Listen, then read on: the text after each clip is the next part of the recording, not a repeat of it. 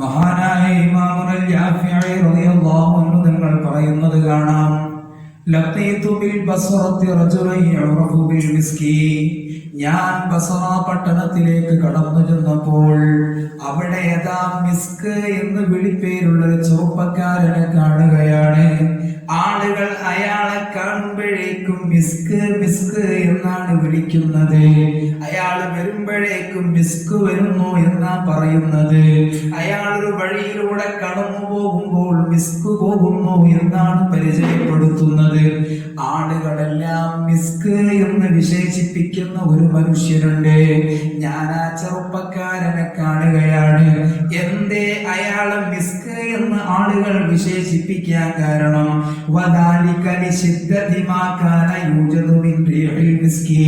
അയാളുടെ ശരീരത്തിൽ നിന്ന് അയാൾ ഒരു വഴിയിലൂടെ സഞ്ചരിക്കുമ്പോൾ ആ വഴിയിൽ മുഴുവനും മിസ്കിന്റെ ഗന്ധം അരയടിക്കുകയാണ്. സുബ്ഹാനല്ലാഹ്, അതുകൊണ്ടാണ് അയാളെ മിസ്ക് എന്ന് വിശേഷിപ്പിക്കുന്നത്. ആ ചെറുപ്പക്കാരനെ ഞാൻ കാണാനിടയായപ്പോ ഞാൻ അവനോട് ചോദിക്കുകയാണ്, യാ അഖീ,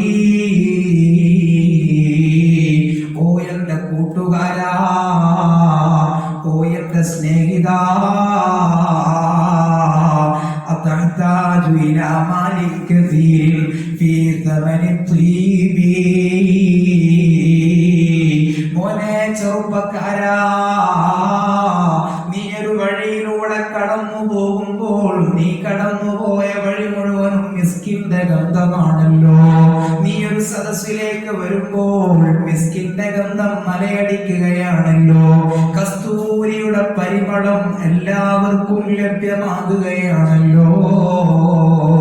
ഇതിനു മാത്രം കസ്തൂരിയുടെ ഗന്ധം ലഭ്യമാകണമെങ്കിൽ നീ പോകുന്ന വഴിയിലെല്ലാം മിസ്കിന്റെ കസ്തൂരിയുടെ ഗന്ധം മലയടിക്കണമെങ്കിൽ ഒരുപാട് മിസ്ക് വാങ്ങേണ്ടി വരുമല്ലോ.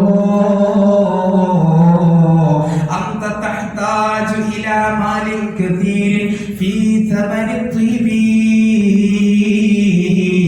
ഇതിനു മാത്രം ഗന്ധം അലയടിക്കുന്നതിനാവശ്യമായ, സുബ്ഹാനല്ലാഹ്, ഇതിനു മാത്രം ഗന്ധം അലയടിക്കുന്നതിനാവശ്യമായ മിസ്ക് വാങ്ങാൻ, കസ്തൂരി വാങ്ങാൻ ചെലവുകളെമ്പാടുമുണ്ടല്ലേ. കൂടുതൽ സമ്പാദ്യവും അതിനു വേണ്ടി ചെലവഴിക്കേണ്ടി വരുന്നുണ്ടല്ലേ. ഞാനത് ചോദിക്കുമ്പോഴേക്ക് ആ ചെറുപ്പക്കാരൻ പ്രതികരിക്കുകയാണ്, മസ്തറൈതു ത്വീബൻ ഖത്ത് വലാ തതയ്യബ്തു ബിത്വീബിൻ ഖത്ത്. ഞാൻ ഇന്നുവരെ സുഗന്ധദ്രവ്യം വാങ്ങിയിട്ടില്ല, ഇന്നുവരെ ഞാൻ മിസ്ക് ഉപയോഗിച്ചിട്ടില്ല. ഞാൻ എന്റെ ശരീരത്തിലോ വസ്ത്രത്തിലോ കസ്തൂരി എന്നല്ല, മിസ്ക് എന്നല്ല ഒരു സുഗന്ധദ്രവ്യവും ഇതുവരെ ഉപയോഗിച്ചിട്ടില്ല. അത്ഭുതത്തോടുകൂടെ ഞാൻ അവന്റെ മുഖത്തേക്ക് ഇങ്ങനെ നോക്കി നിൽക്കുമ്പോഴാണ് ആ ചെറുപ്പക്കാരൻ ഒരു സംഭവം എന്നോട് പറയുന്നത്. അല്ലയോ യാഫിഈ, എന്താണ് നിങ്ങൾ അത്ഭുതത്തോടുകൂടെ എന്നെ തുറിച്ചു നോക്കുന്നത്? എന്തിനാണ് നിങ്ങൾ അത്ഭുതപ്പെടുന്നത്? മിസ്ക് ഉപയോഗിക്കാതെ, മിസ്ക് വാങ്ങാതെ, കസ്തൂരി ഉപയോഗിക്കാതെ, സുഗന്ധദ്രവ്യങ്ങൾ ഏതും ഉപയോഗിക്കാതെ എങ്ങനെയാണ് എന്റെ ശരീരത്തിലും വസ്ത്രത്തിലും നടക്കുന്ന ഊടുവഴികളിലും സുഗന്ധം വമിക്കുന്നത് എന്നാണോ അത്ഭുതപ്പെടുന്നത്? പിന്നീടൊരു കഥയുണ്ട്. ഞാൻ ബാഗ്ദാദ് നാട്ടുകാരനാണ്. സുബ്ഹാനല്ലാഹ്, ഞാനതേ നിന്റെ നാട്ടിലുള്ള ചെറിയ മക്കളോടൊന്നിച്ച്, എന്റെ സമപ്രായക്കാരായ കുട്ടികളോടൊന്നിച്ച് കളിച്ച് ചിരിച്ച് പഠിച്ച് ഉല്ലസിച്ച് ജീവിക്കുന്നതിനിടയിൽ ഒരു ദിവസം വാപ്പ എന്റെ സമീപത്തേക്ക് വരികയാണ്. വാപ്പാക്ക് ബാഗ്ദാദിൽ കച്ചവടമാണ്. സുബ്ഹാനല്ലാഹ്, വാപ്പ എന്റെ അടുത്തേക്ക് വന്ന് എന്നോട് പറയുന്നു, മോൻ വാപ്പയെ കച്ചവടത്തിലൊന്ന് സഹായിക്കണം. മോൻ വാപ്പായുടെ കൂടെ കടയിലേക്ക് വന്ന് കച്ചവടത്തിൽ വാപ്പായുടെ സഹായിയായി നിൽക്കണം. വാപ്പായെ പൂർണ്ണമായി അനുസരിക്കുന്ന പ്രകൃതമാണ് എന്റെ പ്രകൃതം. ഞാൻ വാപ്പായുടെ നിർദ്ദേശത്തിനനുസരിച്ച് താല്പര്യത്തിനനുസരിച്ച് കടയിലേക്ക് കടന്നു ചൊല്ലുകയാണ്. ഏറെ നേരം വാപ്പായുടെ കൂടെ കടയിൽ എങ്ങനെ ചെലവഴിക്കും. അതേ ഒരു ദിവസം അതാ കടയിലേക്ക് ഒരു വൃദ്ധയായ പെണ്ണ് കടന്നു വരികയാണ്. സുബ്ഹാനല്ലാഹ്. ആ പെണ്ണ് കടന്നു വന്ന് ഒരുപാട് സാധനങ്ങൾ എടുത്തു വെക്കുകയാണ്. വാപ്പയോട് പറയുകയാണ്, ഇതെനിക്കല്ല, എന്റെ യജമാനത്തിക്കാണ്. ഏതാണ് യജമാനത്തിക്ക് ഇഷ്ടപ്പെടുക എന്ന് എനിക്കറിയില്ല. അതുകൊണ്ട് ഈ സാധനങ്ങൾ അത്രയും വീട്ടിലേക്ക് കൊണ്ടുചെന്നാൽ ഇഷ്ടമുള്ളവ സെലക്ട് ചെയ്ത് ബാക്കി തിരിച്ചയക്കാമല്ലോ.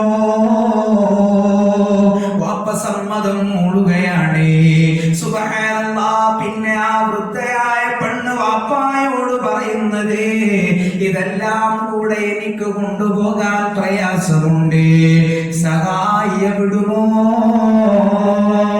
വാപ്പ എന്നെ നോക്കുകയാണ്, എന്നെ വിളിക്കുകയാണ്. സാധനങ്ങൾ അത്രയും എന്റെ തലയിലേക്ക് വെച്ചു തന്ന് വൃദ്ധയുടെ കൂടെ എന്നെ ആ യജമാനത്തിയുടെ സവിധത്തിലേക്ക് അയക്കുകയാണ്. സുബ്ഹാനല്ലാഹ്. ഫമളൈതു മഅഹാ ഹത്താ അദ്ഖലത്നി ഇലാ ഖസ്രിൻ അദീം ഫീ ഖുബ്ബാ.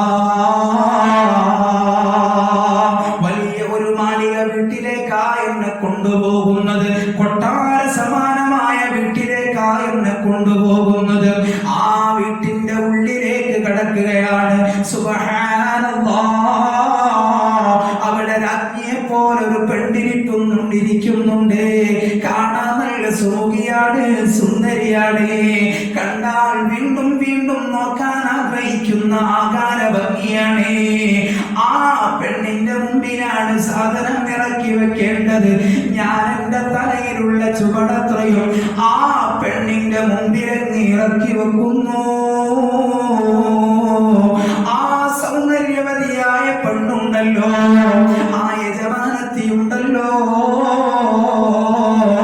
ഉടനെ അതാ എന്റെ കൈക്കങ്ങ് കടന്നു പിടിക്കുകയാണ്. എന്നിട്ട് അവളുടെ മാറിടത്തിലേക്ക് എന്നെ അങ്ങ് വലിച്ചടുപ്പിക്കുകയാ. ഒരു വേള ഞാൻ അത്ഭുതപ്പെട്ടു പോയി, അതിലേറെ പരിഭ്രമിച്ചു പോയി, ഞാൻ സ്തബ്ധനായി പോയി.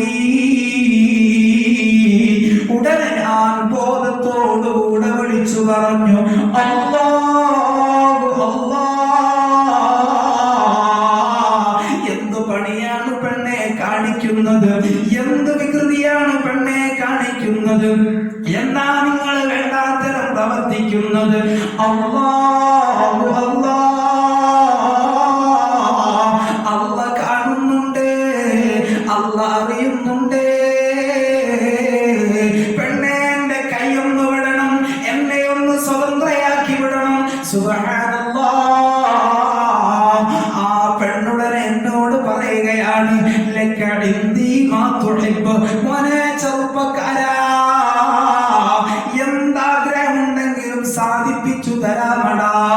സമ്പാദ്യം വേണോ തരാം, ശാരീരിക ആഗ്രഹങ്ങൾ നടപ്പാക്കണോ നടപ്പിലാക്കി തരാം. എന്ത് ആവശ്യം വേണമെങ്കിലും പറഞ്ഞോ, നടപ്പാക്കി തരാൻ ഇവിടെ സംവിധാനമുണ്ട്, സൗകര്യമുണ്ട്. സുബ്ഹാനല്ലാഹ്. ഞാൻ വല്ലാതെ പേടിച്ചു പോയി. അല്ലാഹ് കാണുന്നുണ്ടല്ലോ, അല്ലാഹ് അറിയുന്നുണ്ടല്ലോ, അല്ലാഹ് മനസ്സിലാക്കുന്നുണ്ടല്ലോ. ആ പെണ്ണാണെങ്കിലോ ശാരീരികമായ ആഗ്രഹം നടപ്പിലാക്കാനാ ക്ഷണിക്കുന്നത്. ഞാൻ പറഞ്ഞു, ഇല്ല, എനിക്കതിന് കഴിയില്ല, എനിക്കല്ല റബ്ബിനെ പേടിയാ, എനിക്ക് അല്ലാഹുവിനെ ഭയമാ. പക്ഷേ ആ പെണ്ണെന്നെ വിടുന്ന ലക്ഷണമില്ല. സുബ്ഹാനല്ലാഹ്. ഞാൻ ഇങ്ങനെ ചിന്തിച്ചു രക്ഷപ്പെടാൻ എന്താ വഴി, രക്ഷപ്പെടാൻ എന്താണ് മാർഗമുള്ളത്? അവസാനം അതേ എന്റെ യുക്തിയിൽ ഒരു വിദ്യ തെളിയുകയാണ്. ഞാൻ ആ പെണ്ണിനോട് പറഞ്ഞു, പെണ്ണേ, ഞാൻ നിന്റെ ഇംഗിതത്തിന് വഴങ്ങിത്തരാം, ഞാൻ നിന്റെ ആഗ്രഹം നടപ്പിലാക്കി തരാം. പക്ഷേ അതിനു മുമ്പ് എനിക്കൊന്ന് ടോയ്ലറ്റിൽ പോയൊന്ന് ഫ്രഷ് ആകണം, എനിക്കൊന്ന് വൃത്തിയാകണം.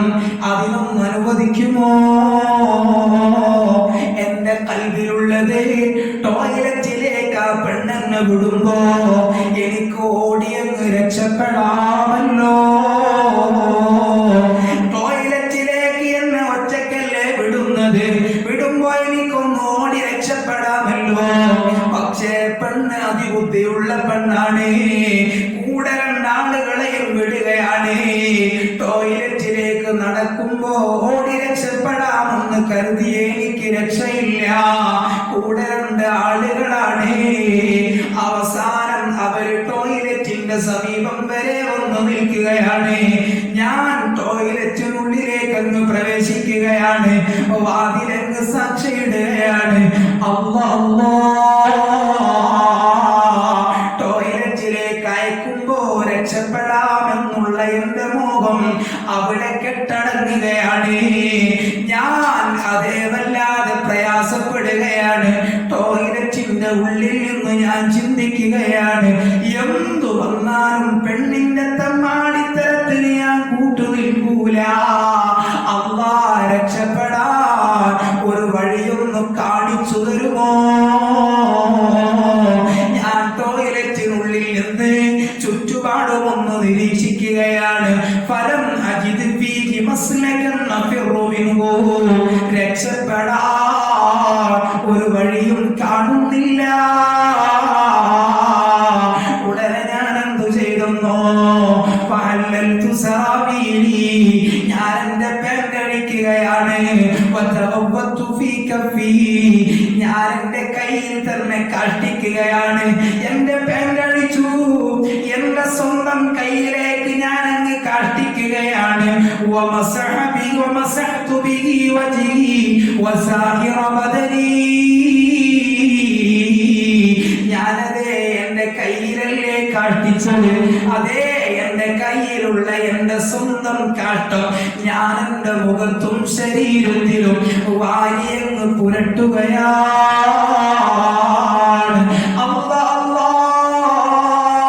ഒരു ഭ്രാന്തനെ പോലെ ടോയ്ലറ്റിൽ നിന്നും ഞാൻ പുറത്തേക്ക് വരികയാണ്.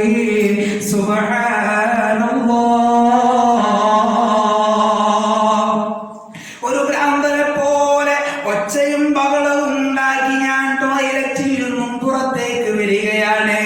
എന്റെ ഈ ബഹളത്തോടുകൂടെയുള്ള വരവങ്ങ് കാണുമ്പോഴേക്ക് സുബ്ഹാനല്ലാഹ്, ആ പെണ്ണ് ബേജാറായി പോയി. ഉടനെ ഭ്രാന്തൻ ഭ്രാന്തൻ എന്ന് വിളിച്ച് എന്നെ ആട്ടി ഓടിക്കുകയാ. ഞാൻ ഒരൊറ്റ ഓട്ടമാണ്. ഒരുപാട് ദൂരമെത്തി, ഒരാളും തിരിഞ്ഞു നോക്കുന്നില്ല എന്ന് മനസ്സിലാക്കി, ഒരാളും പിന്തുടരുന്നില്ല എന്ന് മനസ്സിലാക്കി ഞാൻ അതേ തൊട്ടടുത്ത് കണ്ട ഒരു ജലാശയത്തിലേക്ക് ഇറങ്ങുകയാണ്. അവിടെ നിന്ന് ഞാൻ എന്റെ മുഖവും ശരീരവും കഴുകി വൃത്തിയാക്കുകയാണ്. എന്നിട്ട് ഞാൻ എന്റെ വീട്ടിലേക്ക് നടക്കുകയാണ്. ഫലം ഉണ്ടായ സംഭവങ്ങൾ ഞാൻ ഒരാളോടും പറഞ്ഞില്ല, പപ്പയോട് മിണ്ടിയില്ല, ഉമ്മയോട് പറഞ്ഞില്ല, കൂട്ടുകാരോട് മിണ്ടിയില്ല. അന്ന് രാത്രി ഞാൻ കിടന്നുറങ്ങുകയാണ്. ഫറഅയ്തു തിൽക്കൽ ലൈലത ഫിൽ മനാമി റജുലാ, അന്ന് രാത്രി ഞാൻ കിടന്നുറങ്ങുമ്പോ അതേ ഒരു മനുഷ്യനെ കാണുകയാണ്. കാണാൻ നല്ല അഴകാ, നല്ല ചന്തമാണ്. ആ മനുഷ്യനെ കണ്ടു. ആ മനുഷ്യൻ എന്നോട് പറയുകയാണ്, ഐന യൂസുഫ് ഇബ്നു യാഖൂബ് ഇബ്നു ഇസ്ഹാഖ് ഇബ്നു ഇബ്രാഹിം ഖലീലുല്ലാഹി മിൻകാ,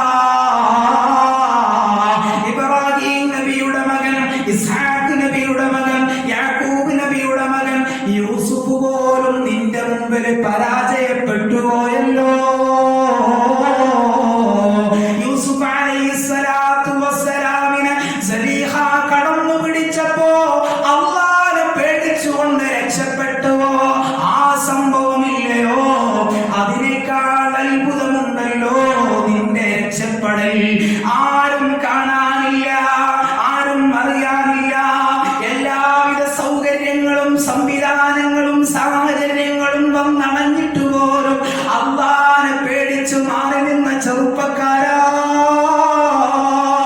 സുലൈഖ ബീവിയുടെ ചതിയിൽ നിന്ന് യൂസുഫ് അലൈഹിസ്സലാം രക്ഷപ്പെട്ടതിനേക്കാൾ അത്ഭുതമുണ്ടല്ലോടാ നിന്റെ വിഷയം. ഇത് പറഞ്ഞുകൊണ്ട് ആ മനുഷ്യൻ എന്നോട് ചോദിക്കുകയാണ്, തഅരിഫുനി, എന്നെ അറിയുമോ? ഞാൻ പറഞ്ഞില്ല, ഇതിനു മുമ്പ് കണ്ടിട്ടില്ലല്ലോ, ഇതിനു മുമ്പ് പരിചയപ്പെട്ടില്ലല്ലോ, അറിയില്ല.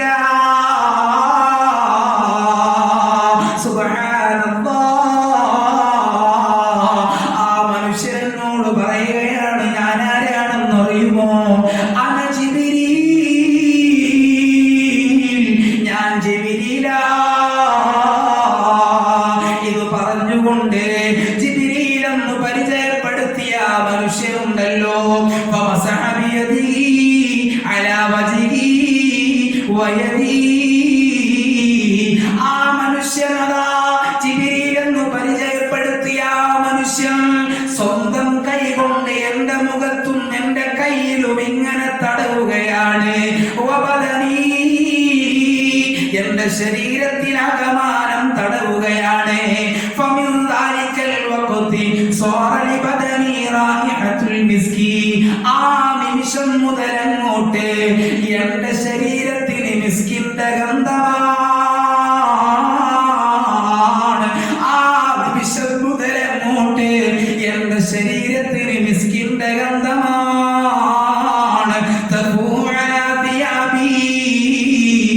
ആ മിസ്കിന്റെ ഗന്ധമാണ് എന്റെ വസ്ത്രത്തിൽ അടിച്ചു വീശുന്നത്. അതാണ് ഞാൻ സദസ്സിലേക്ക് വരുമ്പോ ആളുകൾക്ക് ശ്വസിക്കാൻ കഴിയുന്നത്. അതാണ് ഞാനൊരു വഴിയിലൂടെ നടക്കുമ്പോ വഴിയല്ല സുഗന്ധം കൊണ്ട് തളം കെട്ടി നിൽക്കുന്നത്. ഫഹാദിഹിർ റായിഹതു മിൻ യദി ജിബ്രീൽ അലൈഹിസ്സലാം. എവിടെ നിന്നാണ് ഈ ഗന്ധമെന്നറിയുമോ? അത് ജിബ്രീൽ അലൈഹിസ്സലാമിന്റെ കയ്യിൽ നിന്നുള്ള ഗന്ധമാണ്. അതല്ലാതെ ഞാൻ ഇതുവരെ സുഗന്ധം വാങ്ങിയിട്ടില്ല, ഇതുവരെ സുഗന്ധം ഉപയോഗിച്ചിട്ടില്ല. അല്ലാഹനെ പേടിച്ച് ഒരു തെറ്റിൽ നിന്നങ്ങ് മാറി നിന്നപ്പോ അല്ലാഹ് തന്ന പവറാണ്. അതുകൊണ്ട് ശബ്ദം ശ്രവിക്കുന്നവരെ,